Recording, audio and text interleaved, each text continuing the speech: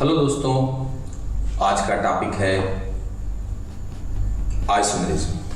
और आइसोमेरिज्म जो है वो क्या होती है वो हम आपको बताने जा रहे हैं। आइसोमेरिज्म जैसे मान लीजिए आपके पास जितने कार्बन हैं, जितने हाइड्रोजन हैं, जितने ऑक्सीजन हैं, उन्हें सारे के सारे कार्बन, हाइड्रोजन और ऑक्सीजन को आप एक साथ मिलाकर लिख दीजिए। और जब एक साथ मिलाकर लिख देते हैं तो उसको हम लोग कहते हैं मॉलिक्यूलर फार्मूला, जैसे कि यहाँ बोर्ड पर आपको दिखाया जा रहा है। ठीक है, इस मॉलिक्यूलर फार्मूले को दो तरह से लिख सकते हैं। जैसे लिखा हुआ है, जैसे आपने जितने कार्बन, जैसे C4 है तो 4 जगह पे 4 कार्बन एक साथ लिख दीजिए, 10 हाइड्रोजन है तो 10 हाइड्रोजन एक जगह पर लिख दीजिए, एक ऑक्सीजन है तो एक ऑक्सीजन एक जगह पर लिख दीजिए।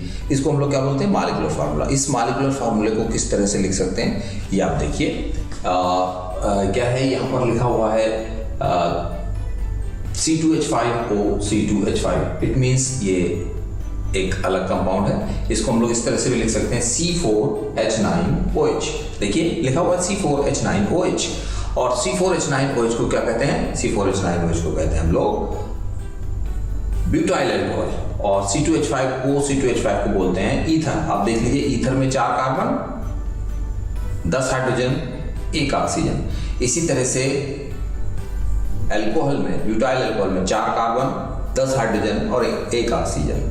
दोनों के जो मॉलिक्यूलर फार्मूला है वो सेम है, लेकिन दोनों की प्रॉपर्टीज अलग अलग हैं। तो जो हम लोग आइसोमेरिज्म की डेफिनेशन देंगे वो क्या देंगे कि the organic compounds having same molecular formula but their properties are different are called isomers and the phenomenon is known as isomerism. ठीक है, मतलब ऐसे ऑर्गेनिक कंपाउंड जिनके मॉलिक्यूलर फार्मूला तो सेम होते हैं लेकिन इनकी प्रॉपर्टीज जो है वो डिफरेंट होती हैं, उन्हें हम लोग क्या बोलते हैं? आइसोमर्स कहते हैं। And the phenomenon is known as isomerism.